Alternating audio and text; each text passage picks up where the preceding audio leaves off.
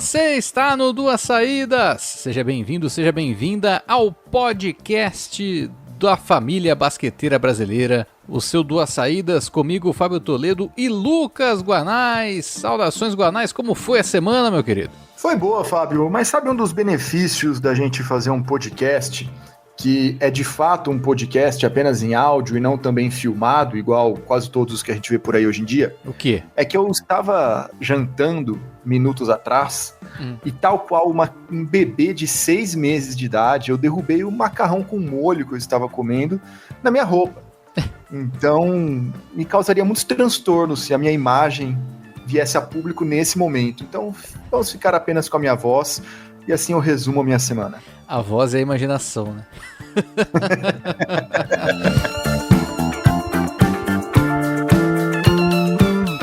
Bom, vamos começar o programa de hoje. Antes até fazer uma correção, que eu falei Otávio Neto, né, do locutor que tinha falado pra mim, elogiado o nosso especial, né? Pô, o cara elogia, a gente fala errado o nome, né? Mas tem aquelas.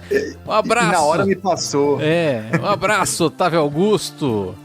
É isso aí, ele ainda mandou mensagem, né, ali quando a gente lançou primeira arte ali, né, do César Franca, e segue, né, o nosso especial sobre o NBB até o início da temporada, no dia 12. Nesse momento da gravação já estamos quase chegando na metade, né, das equipes, mas até lá tem muita equipe para apresentar, muitas novidades e muita análise também das equipes, né? O Guanais está brilhando, viu, Guanais, nas análises até aqui dos vídeos, viu? Sua minha pele tá oleosa ou você tá gostando do que eu tô falando? Vou falar os dois, né? Tá bom, não, mas é verdade, né? Infelizmente. Enfim, eu tô me expondo demais hoje. E para você que tá curtindo também, né, não se esqueça de fazer parte do clube do canal Duas Saídas também no YouTube, para ajudar, né, a fomentar no nosso canal com o podcast, com o especial, claro que são as produções gratuitas, digamos assim, e ajuda também, né, a gente a investir nesse projeto para trazer novas atrações, né, trazer novos produtos dentro do canal Duas Saídas. Fica aí então o nosso convite para você fazer parte aí do clube do canal Duas Saídas, também aqui no YouTube, ou lá no YouTube se você estiver ouvindo, né, no Spotify. É isso, para tornar o projeto viável financeiramente, também nos ajudar a fomentar cada vez mais o basquete nacional, e você ainda ganha alguns benefícios. Confere lá no YouTube, no botão Seja Membro, embaixo de qualquer vídeo.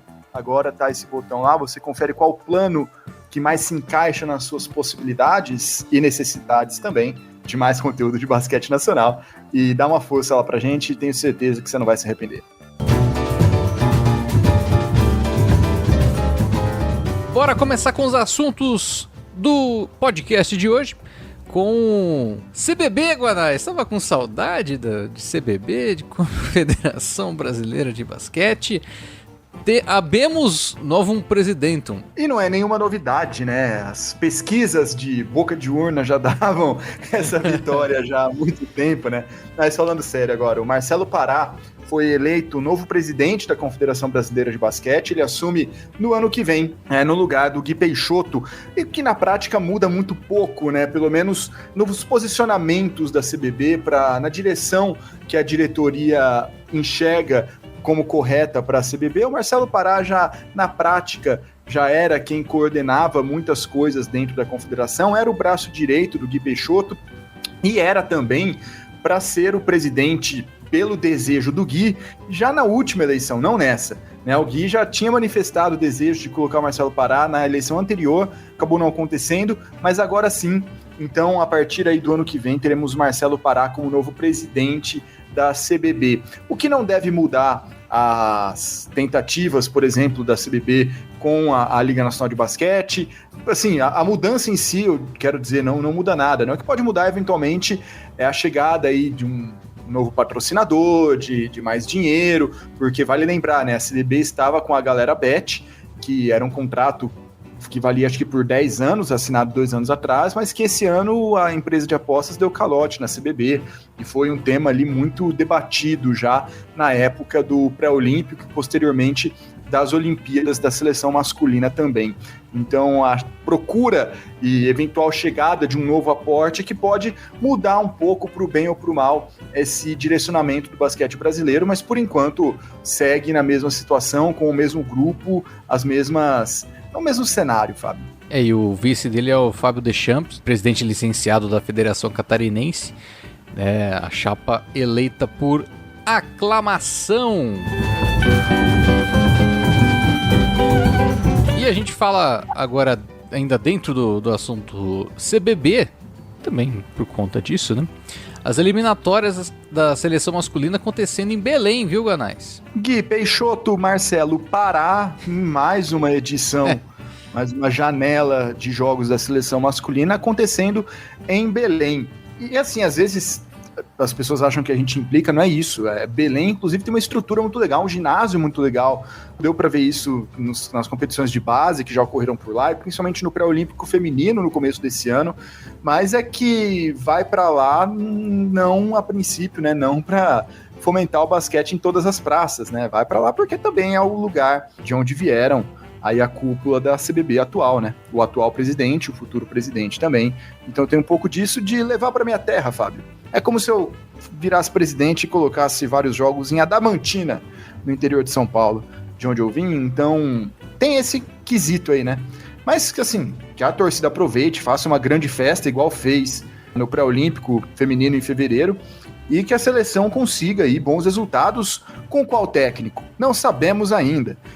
Mas isso a gente discute mais pra frente. Talvez a partir agora da nova presidência, né, de uma definição da data das eliminatórias também, acelere um pouco as coisas, né? Pra gente ter alguma novidade aí nas próximas semanas, porque tem que começar, né? Já estamos chegando na volta aí das eliminatórias.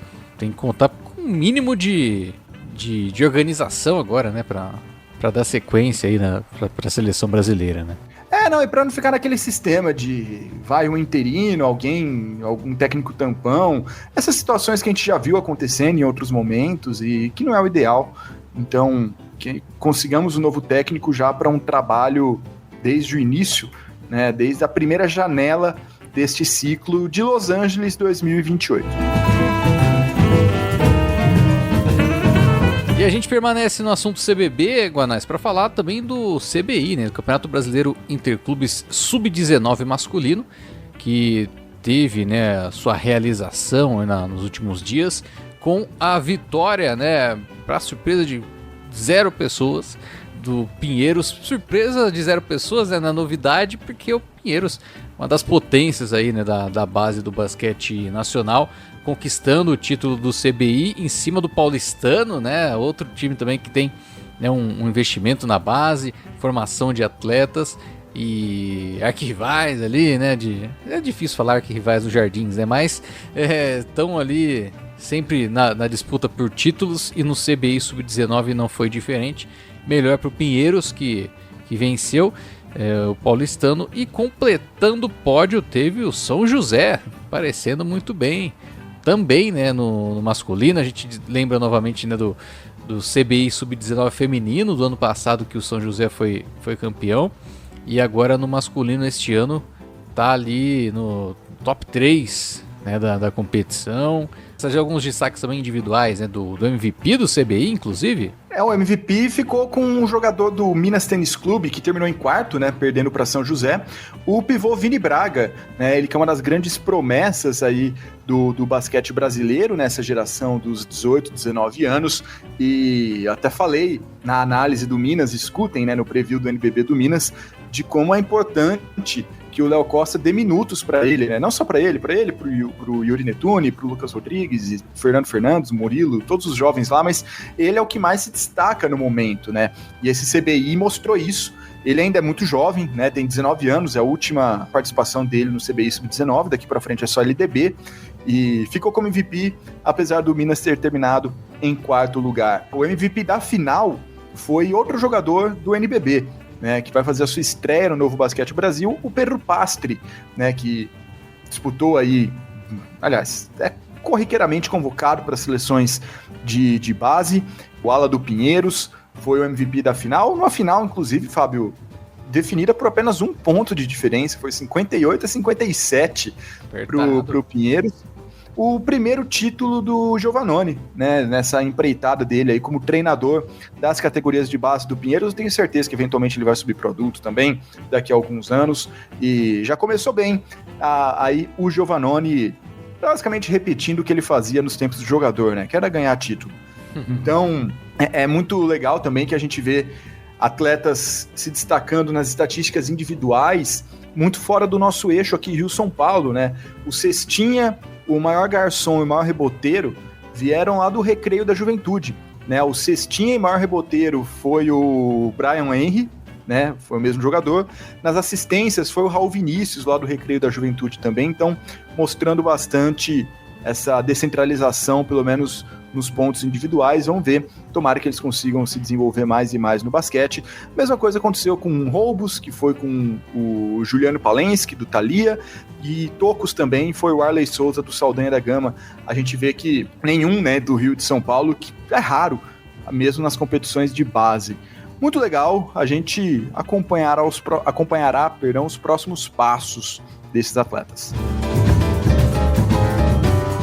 Falando um pouco também de base, né? Outro CBI que teve início agora final de setembro e primeira semana de outubro é o Sub-15 feminino, que acontece em Foz do Iguaçu com 17 equipes. Tem equipe do Foz, tem o Move On, Niterói, Nosso Clube, a ADB, que é a Adrianinha Basquete, tem a Assembleia Paraense, Araçatuba, tem Thalia, Flyboys, Ponta Grossa, São José, Centro Olímpico, Castrense, Mampituba. Quem mais tem aqui? Tem o Acejuf, tem o Basquete Álvares Cabral e tem Tupã Basquete, né? Muitos projetos, né, de categoria de base, né, participando do CBI Sub-15 feminino lá em Foz do Iguaçu, e a gente também fica de olho, né, para ver o desenvolvimento aí, né, da nova geração. Isso aí até um pouco mais pra frente ainda, né? A gente tá falando sub-19 do masculino, sub-15 ainda tá um pouco... tem um ciclo, pelo menos um ciclo olímpico a mais ainda, né? Mas... com certeza. Mas a gente também acompanha o sub-15 do CBI feminino lá em Foz do Iguaçu. E assim, boa parte dos jogos das categorias de base hoje em dia já são transmitidos, então dá uma olhadinha no site da CBB, onde passa, e sigam também alguns perfis, né, alguns canais como o Tabelado de 3, né, que é do Arthur Salazar, os canais no YouTube do Jean Tomps e o Danilo Amaral TV, que costumam transmitir partidas das categorias de base também, para vocês já darem uma olhadinha, prestigiar também quem acompanha a estes jovens talentos, as jovens promessas que a gente tem aqui no Brasil.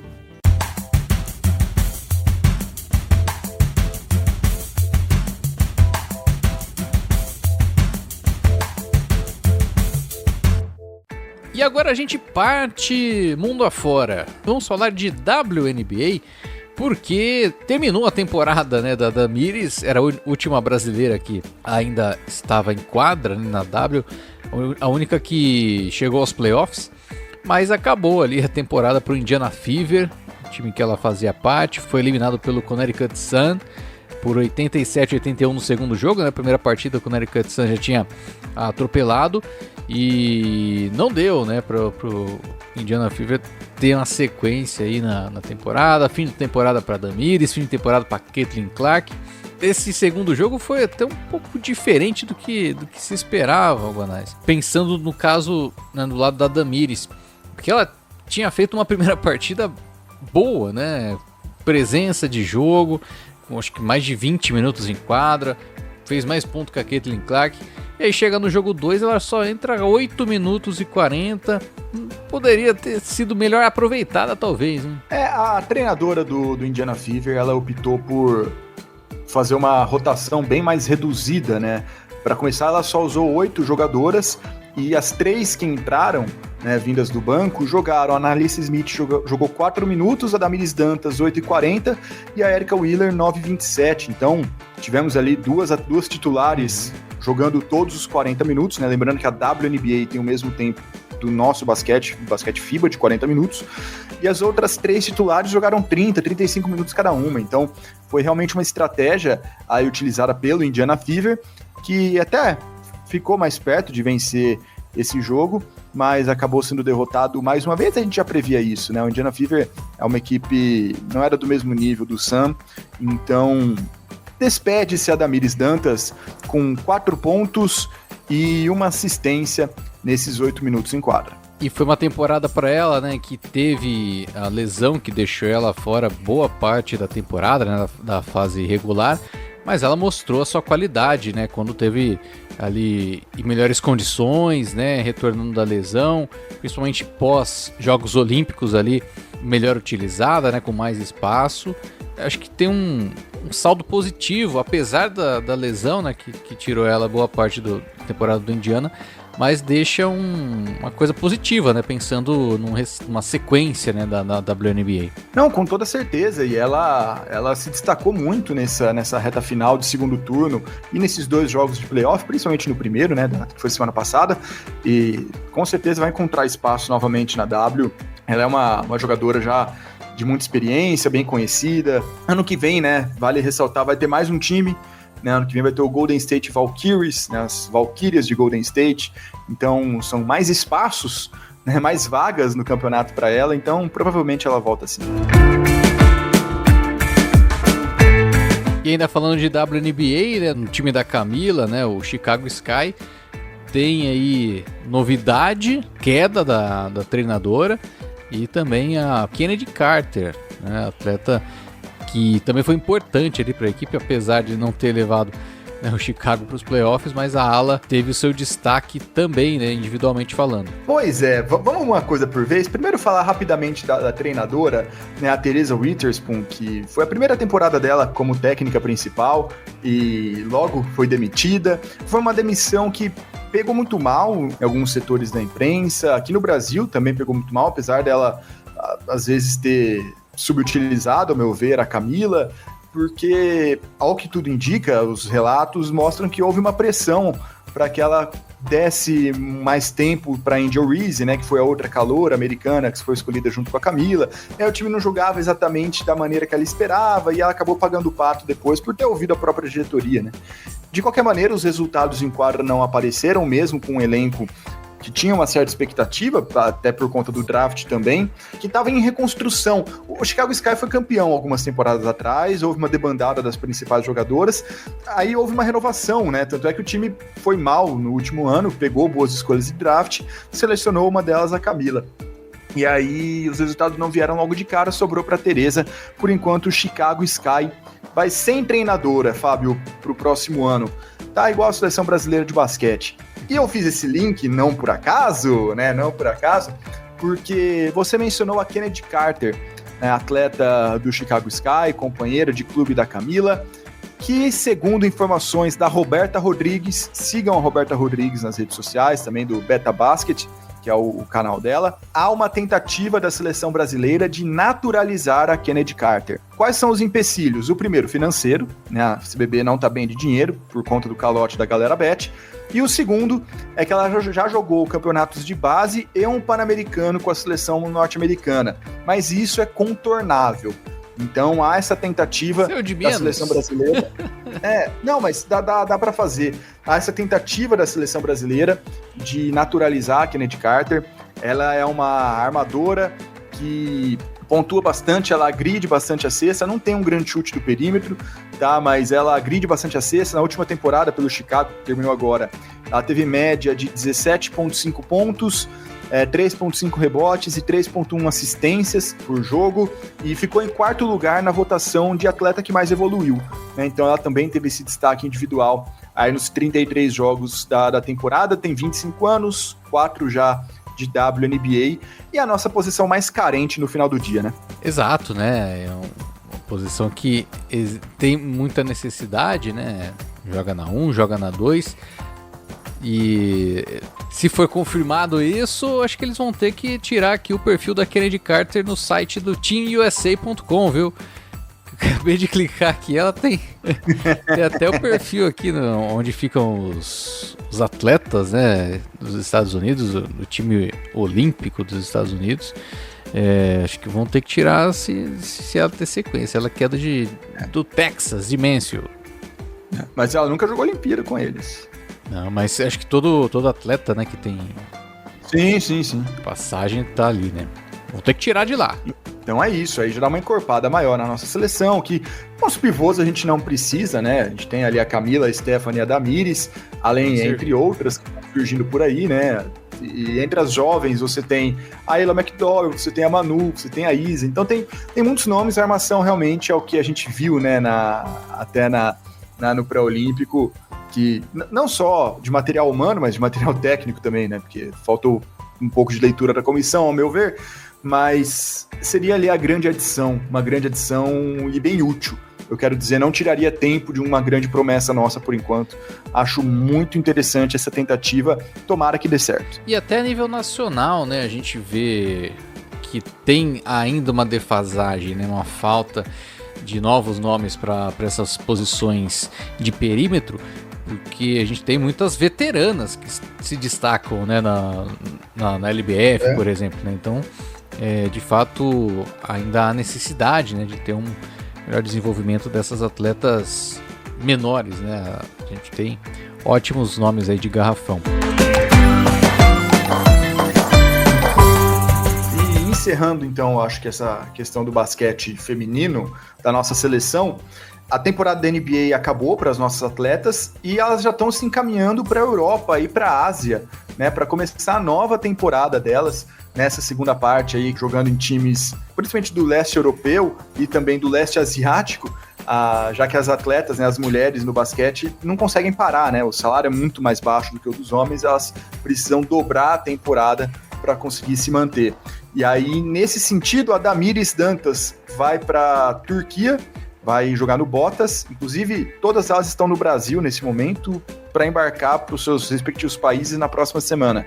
A Damires vai para o Botas da Turquia, a Stephanie Soares vai para o Gorzow da Polônia, a Camila Cardoso vai para Xangai, na China, a Tainá e a Letícia Soares vão voltar para a Eslovênia, eu esqueci o nome do time.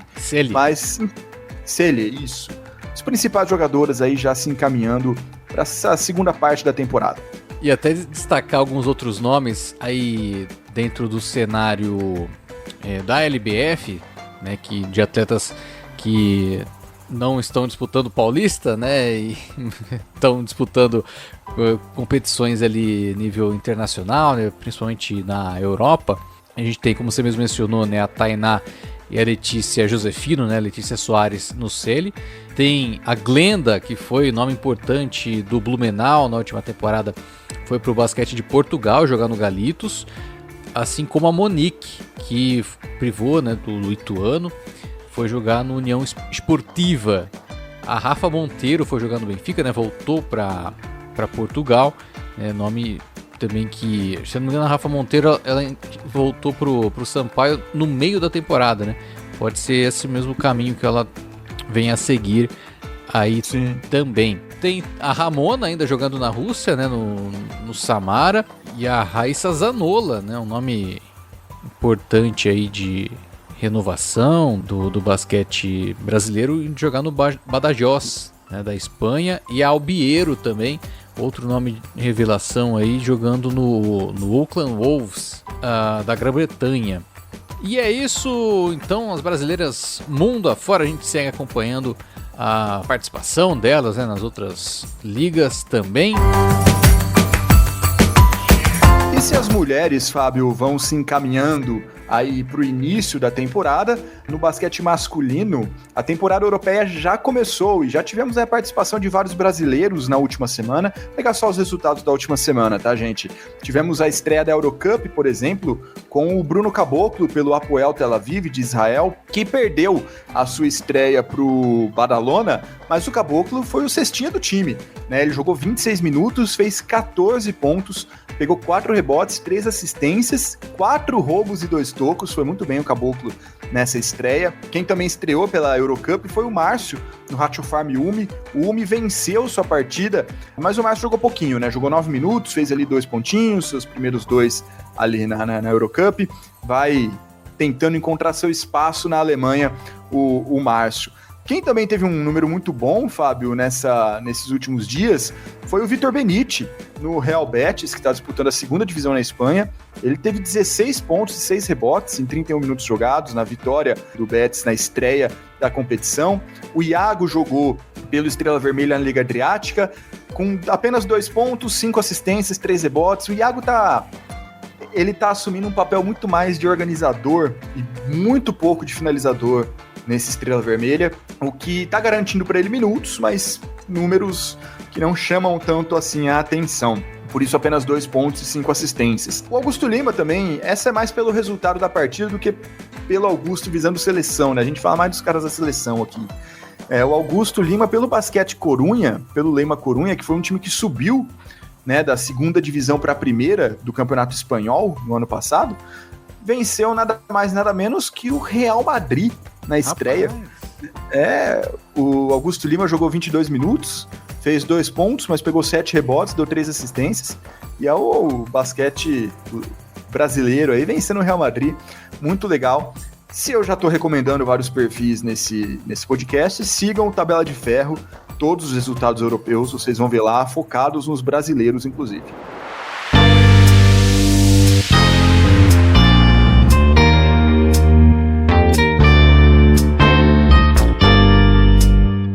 E agora a gente volta. Vamos voltar pro Brasil.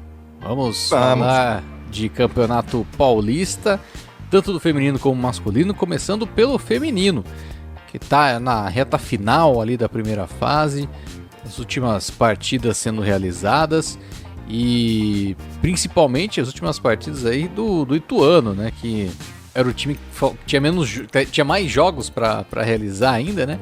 E nessa última semana teve uma sequência interessante. Perdeu sua série invicta ali para o Santo André por 84-74. Já tinha falado, né, do Santo André, que vem bem também no campeonato estadual. A vitória que o Santo André construiu, né, jogando em casa a partir de um bom volume logo no primeiro tempo, né, já tendo uma condição ali para controlar o jogo. Grande jogo da Laís com 24 pontos, 6 rebotes, 7 assistências. A Evelyn também apareceu muito bem com 20 pontos e 8 rebotes. E com isso o Santo André desbancou o Ituano.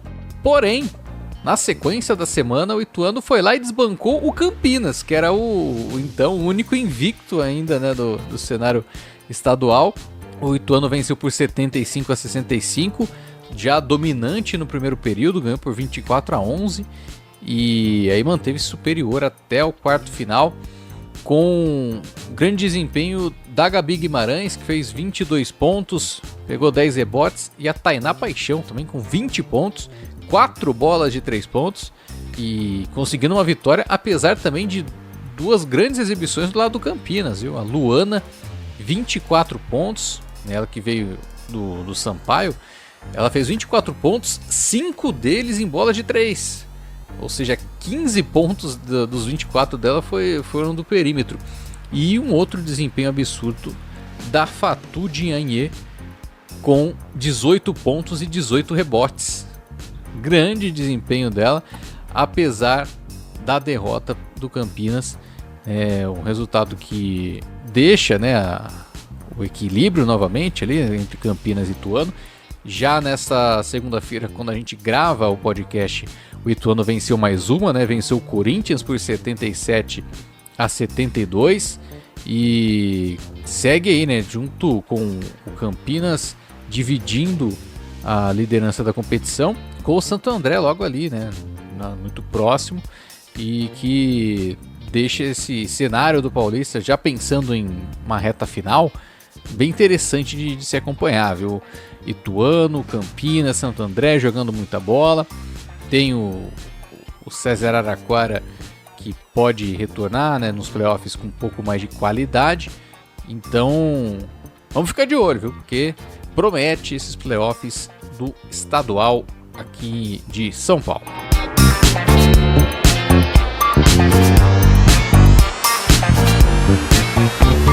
Agora o masculino, Guanais, porque a semifinal já não só foi definida, né, porque na última edição a gente estava definindo as semifinais, como já tivemos jogos iniciais aí sendo realizados na série SESI Franca e Paulistano. Franca sai na frente, e na série São Paulo contra São José, duelo de Santos, Guanais, deu São José. Deu São José, e eu já vou usar o gancho para partir desse jogo, porque é o confronto mais aberto, né, pelo menos no papel. O São José acabou vencendo pelo placar de 74-72. A partida foi disputada no Lineu de Moura, o que era até um pedido da torcida, né? O time ainda não se adaptou direito ali aos novos ginásios na cidade de São José dos Campos, nem o Teatrão, nem a Farmaconde Arena, então, que acho que mudou de nome, se não me engano, né? Mas enfim, são os dois novos ginásios que as equipes de basquete, de vôlei, de futsal têm mandado seus jogos.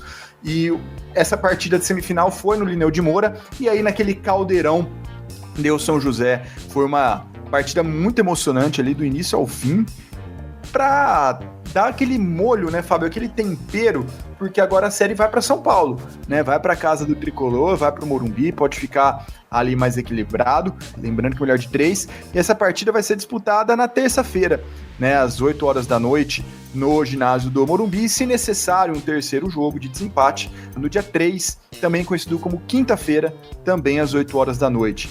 Todos os jogos estão tendo transmissão no YouTube, na N Sports também, e no Zapping, dá para conferir, as partidas estão bem legais, já até nessa prévia de NBB. E falando em NBB, temos que falar do atual tricampeão do NBB, que é o SESI Franca, enfrentando o atual campeão do Paulista, né, que é o paulistano.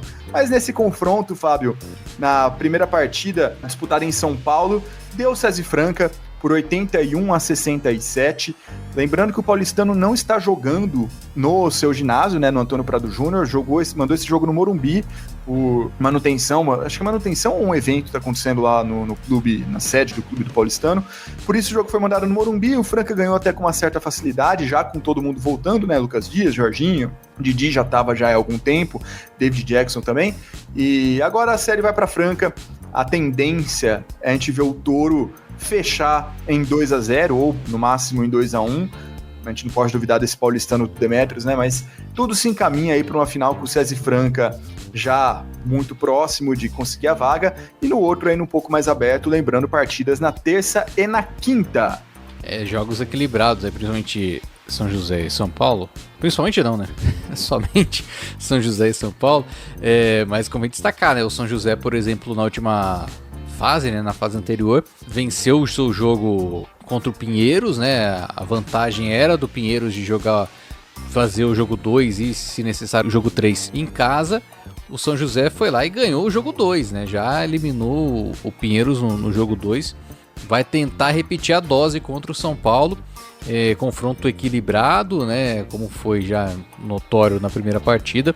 Mas no segundo jogo aí o São José tendo a oportunidade de fechar a série, enquanto o São Paulo para sobrevivência, né? Um time que, acho que os dois, tanto São José quanto São Paulo, uma conquista, um título paulista assim, seria grandiosa, né, pro projeto, né? No caso do São José, de um retorno, né, ao basquete de elite, e no caso do São Paulo também da necessidade, né, de dar um retorno, né, desse projeto. Porém, tanto para um quanto para outro, vai pegar possivelmente, né, um Franca numa final. Aí o cenário é bem complicado. E um Franca que também não foi o campeão da edição passada, né? Foi o paulistano. Exato. Então, é um time que também quer retomar, né, essa hegemonia estadual. De fato, uma reta final agora de Paulista com muita história para contar. Com certeza. E que seja um jogo, talvez, não sei se é possível, né? Que seja menos, como é que posso dizer, perigosamente emocionante para os dois torcedores, né, de São Paulo e São José, porque veja só, né, no jogo 1, por exemplo, o placar estava 70-70, faltando 4 minutos, salvo engano, 3 e pouco. né? E os times só foram pontuar nos últimos segundos depois. Então foram os últimos 3 minutos de jogo. Nossa. Sem pontuação nenhuma. Foi pontuação lá no finalzinho. Então, teste para cardíaco, né? Como diria o sábio. Vamos ver o que vai acontecer agora em São Paulo. Repetindo, os jogos terça e quinta.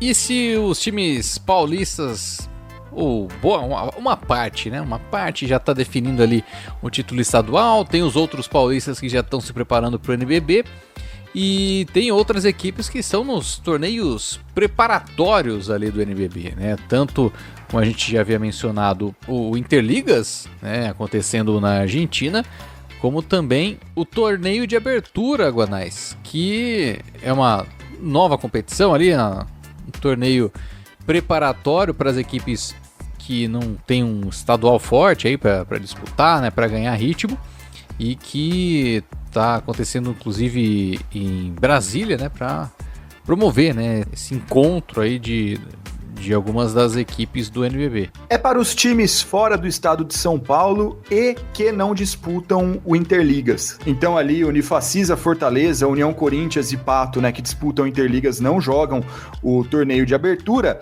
que fica a cargo das 6 equipes restantes, né? Flamengo, Botafogo, Caxias, Vasco, Minas e Brasília, que são os times, novamente, fora do estado de São Paulo, e que, portanto, não disputam o Campeonato Paulista e que não estão também no Interligas. Muito interessante essa iniciativa, você preenche o calendário, né? Você dá um atrativo numa época em que a gente vive apenas a expectativa pelo NBB, você dá também datas de preparação em alto nível para os times que vão jogar o Novo Basquete Brasil, para chegar todo mundo já minimamente entrosado, já se conhecendo um pouco melhor, né, pelo menos na medida do possível, e também você, novamente, né, você gera uma atração, você envelopando muito bem, igual o NBB está fazendo, com boas transmissões e tudo mais, você consegue dar um ar de que a liga nunca para, né? Novamente, eu falei semana passada que ia ser publicada uma coluna minha no Negócios do Esporte falando sobre isso, ela já foi publicada, com o NBB Trio, o Interligas e agora o torneio de abertura do NBB, a Liga Nacional de Basquete tem conteúdo e atrações ininterruptas, né? A partir de outubro começa o NBB, a partir de junho começa a LDB, em setembro, a final de agosto, setembro e outubro você tem Interligas, Trio e o torneio de abertura. Nunca para, né? É uma adaptação daquele mote da NBA de a liga nunca para, ou o basketball never stops, né? Que era o lema da Nike para o basquete durante muito tempo. Então a liga meio que dá uma brasileirada nisso, e acho muito, muito interessante, muito louvável a iniciativa. Os jogos estão bem legais, estão sendo transmitidos em 4K, Fábio, que era uma crítica, né? Que os jogos do YouTube iam até o 1080, então está sendo transmitido em 4K. Ainda não tentei, mas acredito que isso deve facilitar a produção de highlights também por produtores de conteúdo independentes. Prometo dar o meu veredito nisso na semana que vem, não deu tempo de eu tentar isso ainda, mas achei muito interessante, muito legal também por enquanto, tudo que está acontecendo nesse sentido, viu? A única coisa é que torneio de abertura parece o apertura, né, de outros países. Vai ter o clausura. Depois do campeonato acabar, né? É que a liga não ia colocar pré-temporada, né, porque desvaloriza o próprio produto, mas dá um caráter meio amistoso, né? Embora seja, mas a maneira como você vende importa muito também. Mas a NBA não tem a Pre-Season? Não, tem a Summer League. Mas tem os jogos de pré-temporada, não tem? Tem, mas é diferente, né? São poucos, duram algumas semanas só, e ela aproveita para, na pré-temporada, também colocar alguns dos Global Games. Então, vai ter jogo agora em Abu Dhabi, acho que Paris também. Então, tem esse diferencial, né? Sim, e é nessa época também que a gente tem, por exemplo, os times brasileiros que enfrentaram as equipes da NBA, né? É nessa época. Sim, é sempre... exatamente. E boa lembrança, né? Teve uma entrevista do Arnold Mello, né, que é o chefe da NBA aqui no Brasil, falando que a liga pretende sim fazer em breve um jogo aqui no Brasil novamente. O último foi acho que em 2014, né? Aquele Chicago Bulls e Cleveland Cavaliers, que foi de pré-temporada. A justificativa disso ainda não ter acontecido, considerando o tamanho do mercado da NBA aqui no Brasil, é que falta uma arena super tecnológica, né, super moderna, e essa arena, por enquanto, seria a nova arena do AMB, né, que está sendo construída, a previsão de entrega para o começo de 2026, então talvez daqui 2 temporadas tenhamos NBA no Brasil novamente. É um questionamento que sempre acontece, principalmente quando a NBA divulga números de presença na NBA House, números de assinatura de League Pass, principalmente, né, que o Brasil é o 2º ou 3º país do mundo com mais assinaturas. Então, ao que tudo indica, estamos aí a caminho no processo de termos a NBA aqui eventualmente, e o próprio jogo da NFL, né? Chama um pouco essa pergunta, né? A gente vê um jogo de temporada regular da NFL no Brasil, a primeira pergunta que se faz é, tá, e a NBA? Quando vem?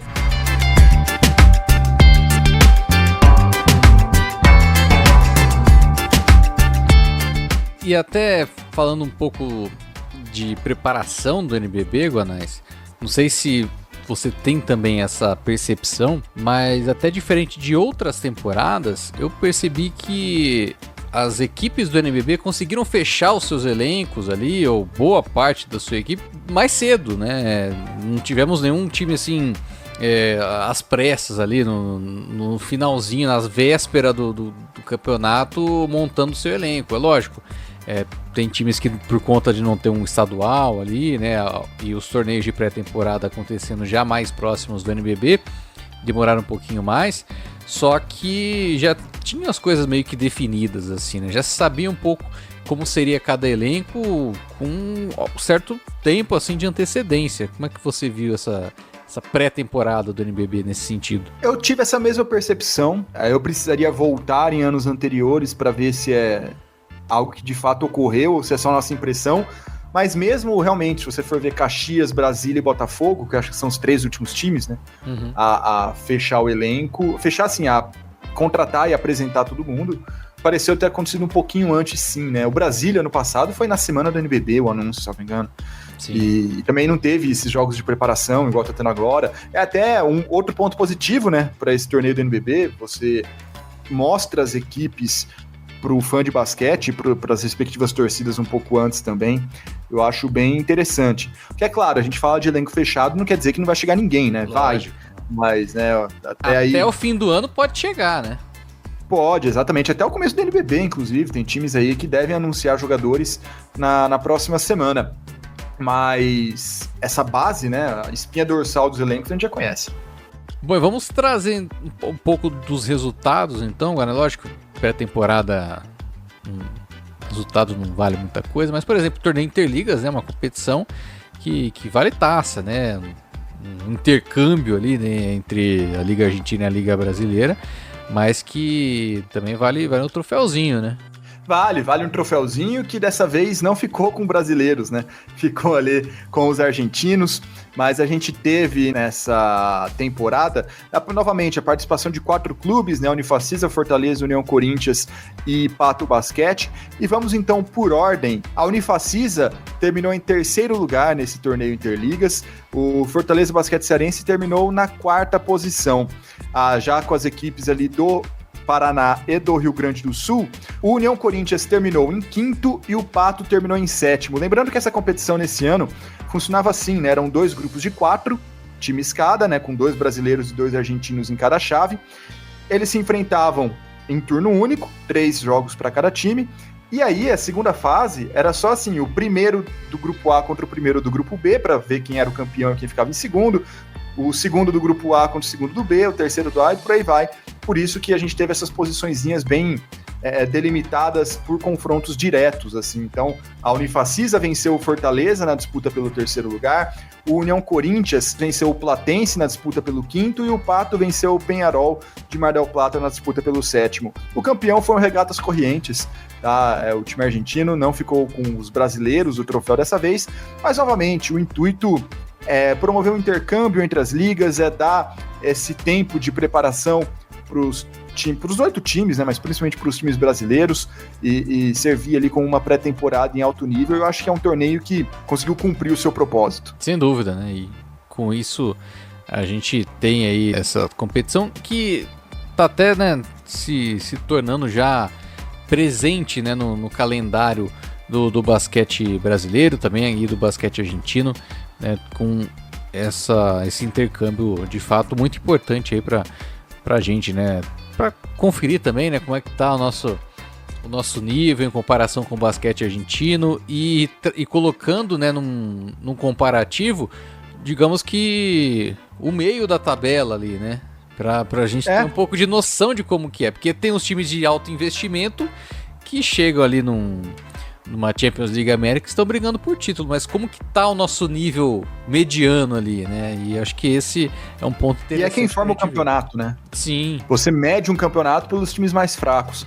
Lembrando que a participação em interligas dos times que não se classificaram para os torneios internacionais, né? Tudo bem, nenhum brasileiro vai participar esse ano, provavelmente, mas que não teriam essa vaga. Então é todo mundo depois da Champions, da Sul-Americana, com o detalhe, né, que o São José e o São Paulo não quiseram participar porque já estão no Campeonato Paulista, são inclusive 2 semifinalistas, mas teriam direito às vagas também. Novamente, resultado não importa, nem nesse torneio, nem no torneio de abertura, mas já dá para ver algumas coisas legais, né? Por exemplo, como que está sendo esse entrosamento de Cauê Verzola e Nate Barnes no Pato Basquete, como também o Pato tem utilizado Novaes como o cincão, mas ao lado de Rafael Oliveira também abrindo 5, né, com Austin Wright na 3, é uma formação bem interessante. Já partindo, por exemplo, para o torneio de abertura também, algumas partidas que eu assisti há pouco, né, antes de começar a gravação, então tá tudo fresquinho ainda.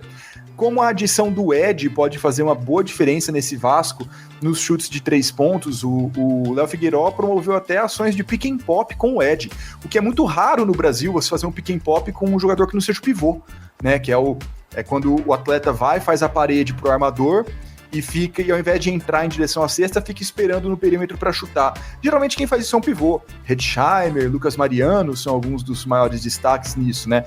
O Léo Figueiró começou a fazer isso com ala, com Ed. Acho bem interessante essa alternativa. Como que o Jamal também deixa o time mais agudo em direção à cesta também do que o Cauê Verzola, mas perde um pouco em organização.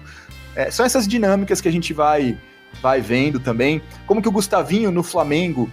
Tô jogando lances, tá? Como que o Gustavinho no Flamengo tem utilizado o Lucas Sievert na 5, com o Taya Galizzi vindo do banco muitas vezes. Então, o que permite, né, jogar com 5 abertos também, que é o que ele gosta. E são as situações que a gente vai vendo também. O Adrian Delphi na Unifacisa com bastante destaque. Isso que é interessante notar. E esses detalhes a gente vai falando no preview do NBB. E também na semana que vem, né, que será o nosso último podcast antes do início do campeonato. Aí a gente fala um pouquinho mais das equipes nesse sentido. Fica ligado aí.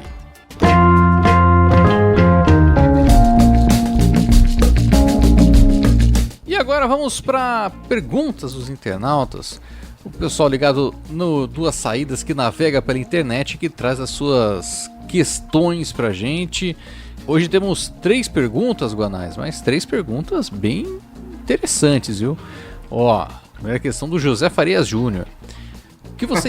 O que vocês acham que poderia ser feito para reduzir a disparidade, aí ele bota o cifrãozinho ali, né, dinheirinho, entre os clubes aí do NBB? Imprimir mais dinheiro! Vamos, Banco Central! Pelo amor de Deus. Cara, essa pergunta não daria um podcast, daria uma série de podcasts para responder essa pergunta. Um livro, sei lá. Porque no final das contas não tem uma resposta exata, né? Não tem uma atitude ou um conjunto de atitudes que com certeza reduziriam essa disparidade. São várias ações que ergueriam, no final das contas, o NBB como um todo, né? E aí, o que eu imagino que aconteceria, né, é que, assim como é na Espanha, por exemplo, a gente tem 2 times que despontam financeiramente falando. Hoje a gente tem Flamengo e Franca, o Minas chegando um pouco perto, mas os outros times com uma diferença bem grande dos mais endinheirados, mas ainda com condições de puxar jogadores de outros países e de ter grandes reforços, etc. Porque para diminuir a disparidade, mesmo assim, é colocando teto e piso.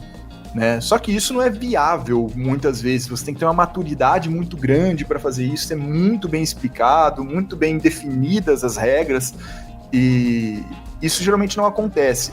O que dá para fazer aqui no Brasil, o que dá, né? O que é o objetivo no Brasil, é você aumentar, não dividir melhor as fatias do bolo, é aumentar o bolo. E ainda vão ter times com fatias muito maiores do que outros. Né? Então, essas disparidades provavelmente vai acontecer, a menos que uma mudança radical no modelo ocorra, que não é nada indica que isso vai rolar. Mas a parte de gestão, a parte de estruturação dos clubes e da própria liga também são fundamentais para que isso aconteça. Algo que independe da liga, resultados da própria seleção também geram mais atratividade, mais dinheiro pro basquete, e no final das contas, quando você tem uma gestão boa, dinheiro acaba chamando dinheiro, né? Essas iniciativas da liga que a gente citou, por exemplo, agora, de interligas, de o próprio NBB Trio, torneio de abertura, só são possíveis porque a liga tem um patrocinador master forte, né, que é a Caixa, o que permite você dar, pensando só em pré-temporada, tá? Fazendo um recorte pequenininho, dar um pouco mais de dignidade para os times fora de São Paulo, por exemplo. E acho que vai numa série de ações, né, Fábio? Né, e ainda se a gente pensar a questão da diferença, né, de modelos de clubes no basquete, né, que tem a associação, que tem o clube poliesportivo, né, tem faculdade, né, que é dona de equipe no NBB, então até por conta de serem modelos diferentes, é difícil você também determinar, né, uma maneira de reduzir essa disparidade. De fato, tem que ser algo muito bem estruturado e que eu acho que nesse momento é muito difícil de se fazer. Ainda assim, as equipes ainda têm um processo de maturação, é lógico, desde o início do NBB. Perde-se muitas equipes ainda, né? Principalmente as associações de basquete. Mas o que tem nesse momento é isso, né? E aí a gente vê projetos se estruturando. O próprio União Corinthians, né? A gente vê uma evolução do projeto do União Corinthians desde ali do título do Brasileiro CBB, né? Crescendo, fez uma primeira temporada abaixo ali, né? Abaixo não, né? Fora de playoff. Aí já conseguiu um playoff, já está montando um time, trazendo o torcedor, né, pro ginásio. Então a gente já vê um processo de fomento ali naquela praça. E aí vai ter que ser nas outras praças dessa mesma maneira.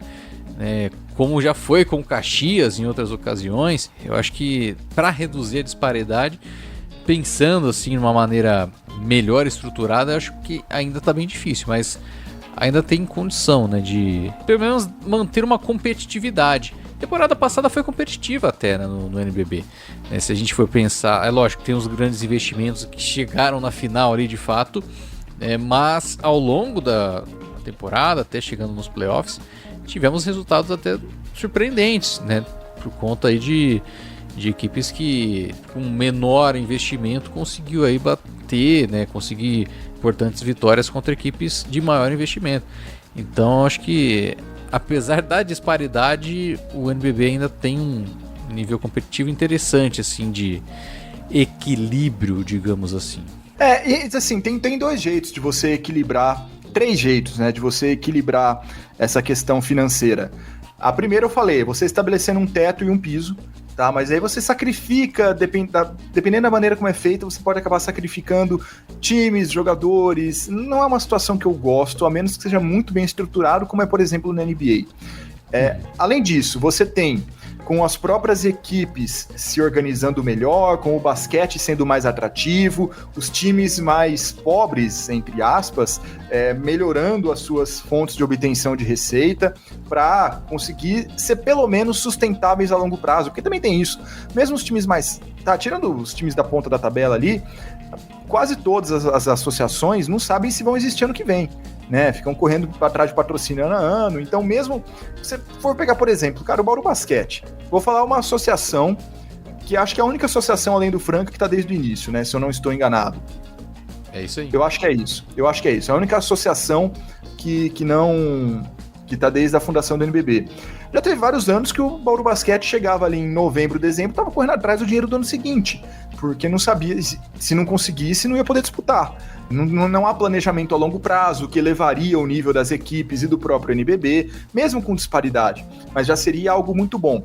E a terceira maneira seria de cima para baixo, seria da liga redistribuindo alguma espécie de verba entre os clubes. Que espécie de verba? Excedente de patrocínio, lucros, direitos televisivos, só que não tem nada disso, né? Nenhuma dessas verbas existe hoje ainda, então não há o que ser distribuído. Mas aí poderia haver um modelo em que os times mais de baixo ou os times mais pobres receberiam mais, os times mais ricos menos, algo do tipo para diminuir, pelo menos na verba que seria de todos, né? Já que a liga é formada pelos clubes e esse dinheiro seria de todos, né? Garantir uma redistribuição que torne a situação um pouco mais igualitária, mas assim como a gente vê, por exemplo, na Premier League, o patrocínio ainda faria com que muitos times tivessem mais dinheiro do que os outros. E tem uma outra questão também que a gente não falou aqui, que causa também parte dessa disparidade, que são as próprias leis de incentivo, né? Tem estados como o Rio de Janeiro que tem leis que facilitam a obtenção dessa verba em relação a outros, né? Por exemplo, os times do Rio de Janeiro têm mais facilidade de ter dinheiro de lei de incentivo do que os times de São Paulo, por exemplo, e do resto do país, né? Então, tem todas essas questões no Brasil, que por ser um país muito grande, um país que não dá tanta bola para outras modalidades que não sejam futebol, acabam acontecendo.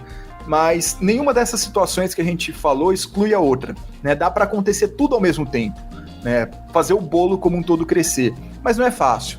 Tem que ter profissionalismo na gestão, tem que ter visão de longo prazo e tem que ter dinheiro para chamar mais dinheiro, né? No final das contas, a roda acaba funcionando assim. Pergunta de Guilhermo Mariano: que jovens devem ser revelações neste NBB?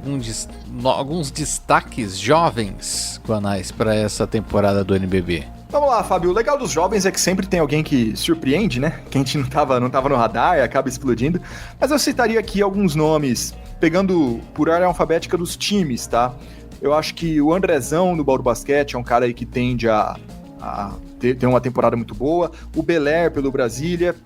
No Caxias, o Vini Chagas também. Vini Chagas, inclusive, tá tendo um volume agora no torneio de abertura incrível.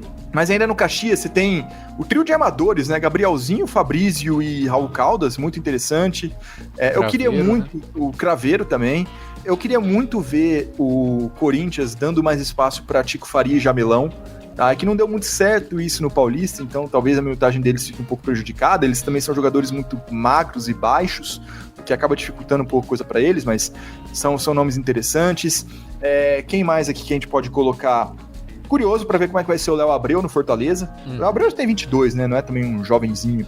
Mas Natan Mariano no César Franca. No Minas, eu tô muito empolgado para ver os jovens do Minas. Vini Braga, Lucas Rodrigues, Yuri Netune. Também tem o Fernando e o Murilo, o Vince também. Tô muito empolgado para ver esses meninos. O Mogi quase inteiro. O Mogi quase inteiro jovem. Espaço pro Edu Marília, né? Sim. Ganhando espaço no Mogi. O Gregatti também. Vou falar do Menca, mas porque o Menca já não é tão jovem assim. Verdade, foi a última contratação deles, né? Paulistano inteiro, Brunão principalmente, e Vitinho eu gosto muito, Landeira é outro que eu gosto muito também. Paulistano, exceto Santi Ferreira, Crescenzi e Lucas Doria, o resto é jovem, né? Então pode pegar lá. No Pinheiros tem muitos também. O Pastre tá bem legal lá. O Reinan, já mais conhecido. Já um pouquinho mais velho, já na faixa ali dos 23, 24 anos. Você tem o Diallo e o Bernardo Silva. São nomes para ficar de olho. Lembrando de cabeça o Taylor, no União Corinthians. Talvez não seja o ano do Taylor ainda, né? Ele tem 19 anos. Não tá no mesmo ponto entre os profissionais, igual o Vini Braga, por exemplo, do Minas, né? Então, mas a gente já deve ver um pouco mais de minutagem do Taylor, que é armador da seleção sub-19 do Brasil. Acho que são esses os principais nomes, né, Fábio? E sempre tem outros que despontam, que estão fora do nosso radar. Mas se eu tivesse que pensar 3 desses, dos que eu citei, falando de sub-21, tá? Dos que podem ganhar o prêmio lá de destaque jovem do NBB, usando esse critério: Vini Braga do Minas, Andrezão do Bauru, Reinando Pinheiros e o Natan Mariano do Franca. Vai 4 jogadores aí pra você ter esse destaque maior, ficar mais de olho e marcar na listinha quando eles jogam para você assistir. Acho que é por aí, né? Talvez eu colocaria até pelo espaço que ele pode ter na equipe o Belé do Brasília. Se pensar em 3, eu colocaria o Vini Braga, o Andrezão e o Belé. Mas eu acredito que esse ano, pensando em destaque jovem, eu iria de Andrezão. Eu acho que o prêmio de destaque jovem vai ficar entre Andrezão e Reinan, por causa da minutagem. Reinan. Ainda mais o Andrezão vai ser o pivô titular do Bauru, e o Reinan já era titular do Pinheiros, e agora que o Adiel saiu do Pinheiros, então vai sobrar mais espaço, né, pro Reinan brilhar. Vai ter mais volume ainda. Assim, não é criando expectativas falando que é o grande nome da próxima geração, mas pelo contexto do Pinheiros, a gente deve ver vários jogos de acima de 20 pontos do Reinan. Né? Então, acho que isso vai chamar bastante atenção, né? Na hora da premiação pode fazer a diferença realmente. Mudei meu voto. Eu vou de Andrezão, Reinan e Vini Braga, pronto. Beleza. É um bom trio, é um belo trio. E agora, para encerrar, Saulo Borges manda aquela perguntinha tranquila. Tier list dos melhores elencos do NBB. Aí, negócio... Pra quem não sabe, né, Guanais, a gente fazia tier lists antes de existir tier list, né? Que era chamadas prateleiras. Era chamadas prateleiras. Mas agora virou tudo americanizado, né? Olha, essa resposta depende muito de quantas tier lists vão ter, né? Quantos tiers vão ter nessa lista aí, quantas prateleiras a gente tá falando. Eu acho que, num primeiro momento, dá pra gente colocar 3, talvez, apenas 3, e que na parte de cima vai estar Franca, Minas e Flamengo, na parte do meio vai estar uma galera. Eu vou pegar todos os times aqui, peraí. Eu tô fazendo isso agora, tá? De cabeça. Ó, Franca, Minas e Flamengo na primeira prateleira. Na segunda prateleira você pode pôr quase todos os outros times, tá? Você pode pôr, tô vendo em ordem alfabética, tá? Bauru, Corinthians, Caxias também, Fortaleza, Pato Paulistano, Pinheiros, São José, São Paulo, União Corinthians, Unifacis e Vasco. E na última eu ficaria com Botafogo, Mogi e sobrou Brasília, né? Botafogo, Mogi e Brasília. Talvez com o Caxias podendo descer de prateleira e o Brasília subindo. Acho que eu poderia fazer essa concessão aí. Mas... se você quiser destrinchar essa prateleira do meio, a gente vai demorar um pouco mais aqui. Sim. E a gente vai ficar um pouco mais no campo da especulação, né? Por exemplo, eu colocaria, Corinthians, São Paulo, Unifacisa, um pouco acima de Bauru Basquete, Fortaleza e Pato, mas eu acho que tá próximo o suficiente pra gente colocar na mesma prateleira, embora não exatamente iguais, né? E tá com cara do que foi já na temporada passada, né? De um bololô ali do meio da classificação até o final. Acredito que vai ser essa pegada mesmo. E inclusive com disputa ali pensando na parte de baixo, né, do tier list, ali, a prateleira de baixo, com a possibilidade ainda dos times chegarem aos playoffs ali, né? Então, até para esses times que estão ali na parte de baixo poderem chegar aos playoffs. Eu acho que tem um campo muito aberto ali, né? Nesse meio para baixo. Para cima, eu acho que de fato, né? Flamengo, Minas e César e Franca, mais uma vez, estão com os elencos mais fortes, pensando aí, né? Com um investimento maior também. Mas aí vai depender muito também de como vai ser o comportamento de algumas equipes que na última edição não foram tão bem, né, quanto se esperava. São Paulo, Corinthians, né, que acabaram deixando a desejar, mas que nessa questão de elenco, assim, né, estão reforçados para essa temporada, com novidades no elenco, né, no time, e também na área técnica, né, então muito... os 3, né, verdade. Corinthians, São Paulo e Unifacisa, né? Verdade. Sim, com novidades e que acredito que podem aí estarem acima aí nessa prateleira extra, né, das outras equipes. Mas a minha expectativa para essa temporada do NBB é que seja mais uma vez de muito equilíbrio ali no meio da classificação, Do quarto lugar para baixo ali, uma disputa bem interessante pra gente conferir, né? Seja mando de quadra nos playoffs, seja mesmo vaga pros playoffs, enfim, vai ter uma briga boa, mais uma vez nessa temporada, que é muito legal, né? De ver uma competitividade ali entre as equipes.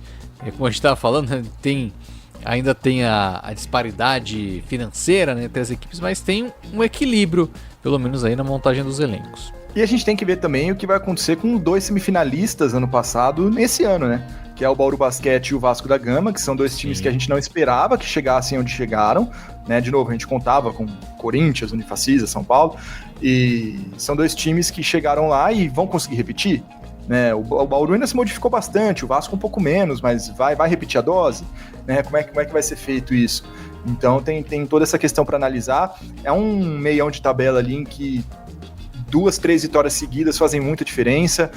Vide Bauru no final do ano, que 1, 2 lesões também fazem muita diferença. Vide Unifacisa, né, do ano passado. Então, muita coisa pode acontecer. Se você quiser, dá para dividir em mais prateleiras? Até dá, mas existe um intervalo muito maior entre os 3 primeiros para esse bloco de 12 times que eu falei, do que internamente nesse bloco de 12. E eu acho também, assim, ano passado foi competitivo, até foi, por mais que o resultado tenha sido o mais previsível possível, né? Mas o nível não foi muito bom, eu acho. Ficou um pouco abaixo de edições anteriores, ainda pegando um rescaldo de pandemia e de um êxodo muito grande de jogadores. E nesse ano eu tô mais empolgado, porque se a gente for parar para comparar com a temporada passada, a gente perdeu... Me ajuda a lembrar um pouco, Fábio, dos principais jogadores que a gente perdeu. O Márcio, quem mais aí que de maior destaque que a gente acabou não contando mais para essa temporada? Os do Flamengo, né? O Devon Scott, o Gabriel Jaú, foram perdas grandes, mas, poxa, a gente repatriou. Só falando de brasileiro, Alexei, Mumford, Dikembe, a gente trouxe estrangeiros muito legais também, a volta do Shaq Johnson, por exemplo, Reinan, outro brasileiro, a gente trouxe o MVP da Liga Venezuelana, né, o Luiz Monteiro no Minas, a gente trouxe o melhor estrangeiro da Liga Chilena, que tudo bem, é a Liga Chilena, mas é o destaque deles, né, que é o Austin Wrighten no Pato Basquete. A gente teve a manutenção de vários nomes bons também, a contratação de alguns outros estrangeiros, dentre outros que ainda serão anunciados nos próximos dias. Tem a possibilidade do Juan Miranda ser contratado pelo Flamengo, né? O Enéas Lima tweetou isso. Ele tweetou, né? Pôs no Threads, no Blue Sky, isso esses dias também. Se ele tweetou, vai ser preso. Desculpa, Xandão, não tô falando nada aqui. Mas a gente repatriou e trouxe mais destaques do que perdemos, né? Novamente, Jaú, Márcio, Chuzito, né? Não tem outros grandes nomes além de Devon Scott, né, do Flamengo, mas eu acho que no geral, o Scala também foi uma perda, né? Mas eu acho que no geral a gente tá com nomes de maior renome e nomes mais bem distribuídos, tá? Então você pega, um Reinan no Pinheiros. Pinheiros é um time que deve ficar na metade de baixo da tabela, e você tem um destaque lá. Você tem o Dikembe na Unifacisa, você tem o Austin Wrighten no Pato, aí lá em cima você tem o Luiz Monteiro, dentre outros que eu citei, mas eu vejo com um maior potencial de ter um nível mais legal esse NBB, por material humano mesmo. E eu destaco também um pouco das equipes começando a pensar um pouco fora da caixa também, né? Trazendo alguns estrangeiros novatos, né, no NBB, Botafogo trazendo o Novas Mateu, né, que que fez carreira toda ali no basquete europeu. O Lanaras no União Corinthians, o Lanaras, né? Mais uma aposta também no União Corinthians. Enfim, nomes que ainda não tinham marcado. No Minas também, né? Você tem novato marcando presença, o Arengo, né, na equipe, o Monteiro também. Então... Flamengo com o Jordan Williams. Sim. Né, então... a gente falou do União Corinthians, o Johnny Machuca, baita armador, que tá voltando, né? Não é estreante, tá voltando. Mas ótimo retorno. Então, os outros dois do Botafogo, né? A gente não sabe o que vai acontecer, né? É o Spellman, o Novas e o... Esqueci o nome do terceiro Thomas. Agora, de cabeça. Thomas, isso. São meia-noite, tá, gente? Desculpa, eu tô cansado. Tem caras diferentes aí. Eu acho que o nível pode pode elevar sim. Eu tô empolgado. O Adrian Delphi na Unifacisa, que fez um Interligas muito bom. Então eu tô empolgado sim, acho que pode dar bom. Só pra também falar que eu acabei de ver a logo do São José na minha frente. Não dá pra não falar do Vieta, né, no São José. Sim. É outro nome, né? Então, o São José deve contratar mais gente ainda. Então, o Bauru Basquete, o César Franca também tem espaço para estrangeiro. Então ainda vai chegar mais gente. Eu tendo a acreditar que o nível vai ser bem melhor que o do ano passado. Há muitos anos, acho que a gente não via tantas novidades assim dentro do NBB em questão de atletas chegando, né? Acho que desde a pandemia, com certeza não. Obrigado, viu, para quem mandou a pergunta, as perguntas. Foram 3, mas que fomentou aqui a nossa conversa, nosso pensamento. E... A gente colocou tarde hoje, né? Também tem isso. A gente não colaborou muito. Tem que colocar de manhã, né? Mas obrigado para quem mandou e fica de olho, viu? Toda segunda-feira aí a gente vai ter a gravação. Vai aparecer no Instagram ali, ó, a caixinha para você fazer a sua pergunta. Então, fica lá, acompanha.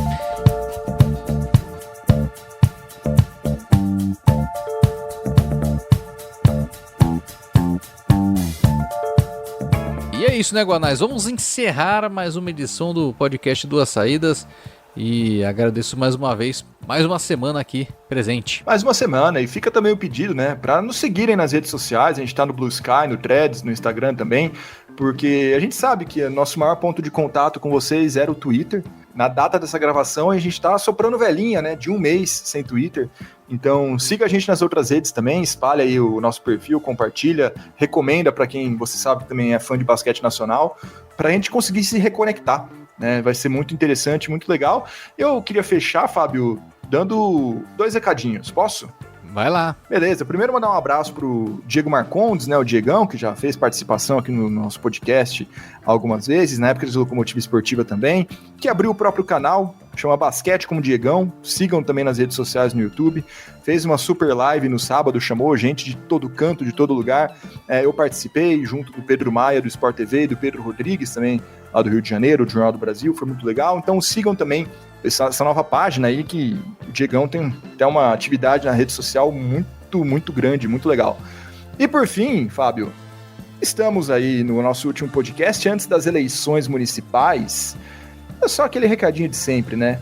Vote, preste atenção no candidato que você está votando, não vota, não escolha candidato só porque ele ou ela é foda, né? Isso não é um critério de votação.